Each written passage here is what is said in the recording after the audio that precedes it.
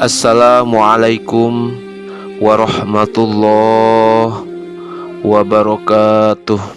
Hamdan syukron lillah, amma ba'du. Para sahabat ikhwan dimanapun anda berada, semoga Allah senantiasa melimpahkan curahan rahmat dan magfirah untuk kita semua, amin ya Allah ya rabbal alamin. Yang mana di kesempatan kali ini saya akan mencoba membahas sekelumit, yaitu yang bertema perintah untuk menyembunyikan penemuan dalam mukasyafah. Yang dimaksud oleh Imam Ghazali radhiyallahu an dalam kitab Ihya-nya, yaitu tentang keharusan menyembunyikan apa yang didapat dalam saat terbuka tirai, yaitu saat mukasyafah. Apakah itu berupa pengertian-pengertian atau hal-hal gaib lainnya, yang mana peristiwa yang dialami adalah suatu keadaan yang bersifat individual untuk pribadi-pribadi yang dikehendaki oleh Allah, berfungsi sebagai suatu rahasia tersembunyi yang hanya diketahui antara si penemu dengan Allah Subhanahu wa ta'ala. Penyebaran berita atas apa yang ditemukan itu secara luas banyak kemungkinan mendatangkan suatu fitnah ataupun tuduhan-tuduhan negatif, atau bisa menimbulkan yaitu perasaan ujub, yaitu merasa hebat sendiri, yang akibatnya bisa menghancurkan nilai-nilai penemuan. Bahkan Imam At-Tusturi menegaskan, il alimi salasatu ulumin, ilmun zahirun yubdhiluhu li ahli zahiri, wa ilmun batinun la yanbaghi idharuhu illa li ahlihi, wa ilmun bainahu wa bainallahi la yudhiruhu li ahadin. Yang mana ilmu itu terbagi pada 3 macam. Yang pertama yaitu ilmu zahir, yang mana sebaiknya ilmu ini disampaikan kepada umum. Yang kedua yaitu ilmu batin, yang mana tidak seharusnya disampaikan secara luas kecuali kepada ahlinya, yaitu peminat kebatinan. Dan yang ketiga yaitu ilmu antaranya dan Allah, tidak selayaknya disampaikan kepada siapapun juga. Yang dibicarakan dalam kitab-kitab kebatinan adalah menyangkut macam ilmu yang nomor 2, yaitu ilmu batin, yang maksudnya tidak lain bagaimana untuk bisa mencapai ilmu yang ke nomor 3, yaitu ilmu antaranya dan Allah, yaitu ilmu antara si penemu dan Allah Subhanahu wa ta'ala. Rasulullah Shallallahu alaihi wasallam sudah menegaskan bahwa ahlul igtiror, yaitu berhati lalai, tentu tidak akan mau menerimanya dan banyak kemungkinan malah menentangnya. Bila kebetulan ahlul igtiror itu duduk sebagai penguasa, tidak mustahil dia akan bertindak atas nama kekuasaannya dengan bermacam dalih untuk melakukan tindakan hukum, seperti yang sering terjadi terhadap kalangan kebatinan, atau yang lebih tragis seperti apa yang terjadi terhadap Al-Hallaj. Ada suatu perbedaan pendapat di kalangan para ulama tentang penyampaian ilmu batin dalam menginterpretasi kalimat ala qadari ukulihim, yaitu sepanjang ukuran akal mereka yang menuntut.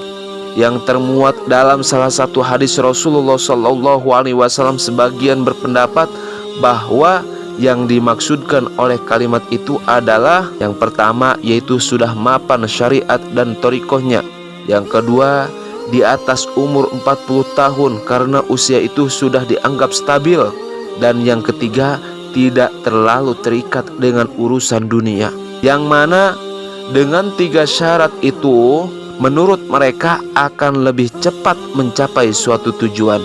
di pihak lain berpendapat bahwa pengertian ala qadari ukulihim itu ialah yang pertama ada minat yang kuat untuk menuntut, yang kedua sudah memahami secara global pokok-pokok ajaran Islam dan ajaran iman ataupun ajaran tauhid, dan yang ketiga yaitu usia dewasa dan memiliki kecerdasan yang memadai untuk memahami hal-hal yang halus. Bila seseorang yang hendak menuntut, mereka harus memiliki minat ataupun keinginan yang bukan ikut-ikutan, bukan dibuat-buat, kegairahan yang tinggi, maka hal tersebut sudah merupakan nur dari Allah Subhanahu wa Ta'ala.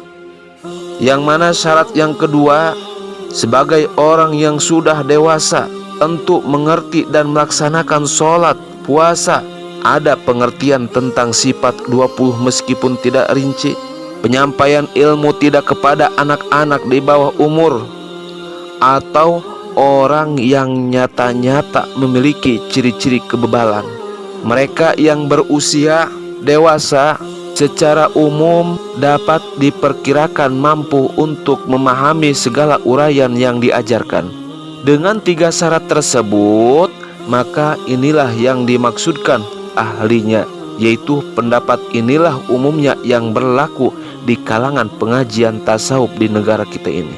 Sehubungan dengan ucapan arif billah yang mengkhawatirkan terjadinya su'ul khotimah terhadap mereka yang tidak memiliki ilmu mukasyafah, yaitu ilmu tasawuf, jelas akan mendapat problem besar bila kita berpegang kepada pendapat yang mengharuskan lebih dahulu mapan, yaitu syariat thariqah, apalagi untuk mencapai usia dalam batas umur yang ditentukan. Anjuran Rasulullah Sallallahu Alaihi Wasallam yang berbunyi, "Balighu anni walau ayatan," sampaikan dariku meskipun hanya 1 ayat. Ini adalah prinsip yang harus dijadikan suatu pegangan, tentu saja sambil memperhatikan situasi dan kondisi serta pribadi-pribadi sebagai objek penyampaian.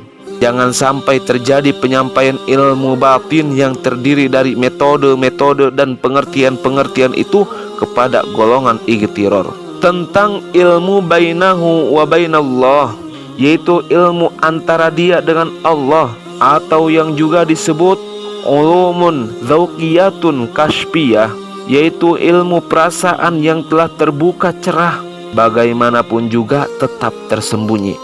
Jadi jelasnya ilmu yang disebutkan ulumun dzauqiyatun kasyfiyah yang di dalam Al-Quran disebut ilmu laduni adalah suatu bentuk ilmu yang tidak melalui jalur upaya pendidikan, yaitu ilmu iktisabi. Bahkan Profesor Einstein, seorang pakar ilmu fisika ataupun ilmu matematika, dalam abad ini mengemukakan di balik fenomena fisik alam semesta, di balik kecepatan cahaya dan getaran massa, di balik gerak partikel-partikel terdapat suatu kekuatan gaib, indah dan maha dahsyat.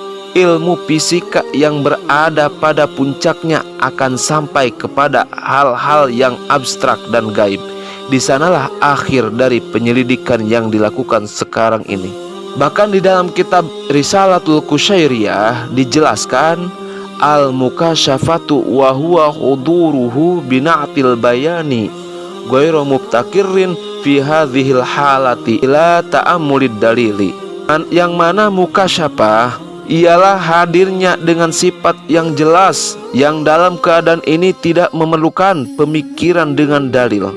Bahkan di dalam kitab tafsir Qurtubi dijelaskan, fayakshiful hijabu fayanzuru ilaihi fawallahi ma'atahumullahu syai'an ahabba ilaihim minan nadhari wala aqurru li a'yunihim. Maka terbukalah hijab, yaitu tutup-tutup, lalu mereka melihat kepadanya. Demi Allah, tidak pernah Allah memberikan kepada mereka sesuatu yang amat menyenangkan mereka kecuali penglihatan itu, yaitu mukasyafah. Bahkan di dalam kitab Aiqadul Himam dijelaskan, lang tarahul absaru fi hadhihi dari bi musyahadatil ayani walakin ta'rifuhul qulubu bihaqaiqil imani summa tataraqqa minal ma'rifati ila ru'yati binuril imtinani.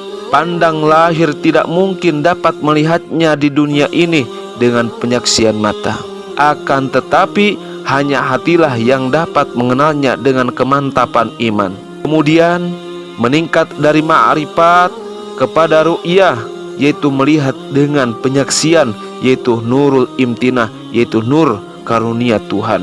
Mungkin demikian yang saya dapat sampaikan. Kurang lebihnya saya mohon maaf yang sebesar-besarnya.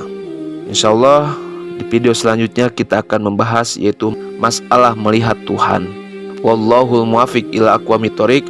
Wassalamualaikum warahmatullahi wabarakatuh.